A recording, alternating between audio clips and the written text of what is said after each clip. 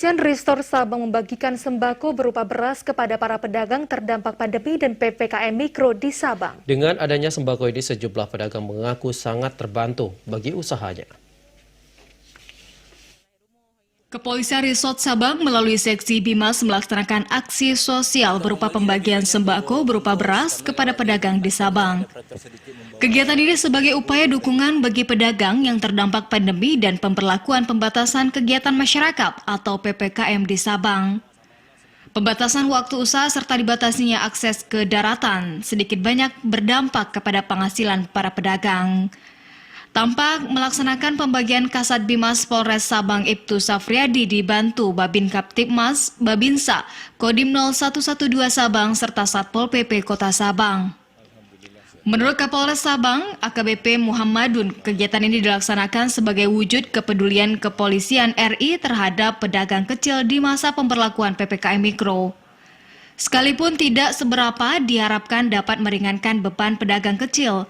Namun, ia berharap warga tetap menjaga imun tubuh dengan ketenangan dan prokes yang selalu terjaga. Ya, harapan kami jangan panik untuk menghadapi pandemi ini, tapi justru malah akan menurunkan imun sendiri. Jadi mari kita tetap beraktivitas seperti biasa, namun tetap menjalankan protokol kesehatan. Sejumlah pedagang mengapresiasi langkah kepolisian Sabang ini seperti penuturan Jumiati, pedagang nasi di kosan Gampong Krung Raya, Kota Sabang. Ia menuturkan usahanya sangat terdampak di saat pandemi. Dengan bantuan ini sedikitnya bisa mengurangi belanja untuk keperluan usahanya. Beras ini, saya kan jual nasi, kasih beras ya kan. Sama ini emang sepi, nggak ada orang emang. Cuman beli nasi, bawa pulang gitu, nggak makan sini ya. Lumayan lah, alhamdulillah. Pemberian bantuan pedagang ini dilaksanakan secara berkeliling di sekitar Gampong Krung Raya dan Bate Syok. Juga sebelumnya dilaksanakan di Pasar Induk, Kota Sabang. Dari Sabang, Mahfud, TVRI Aceh melaporkan.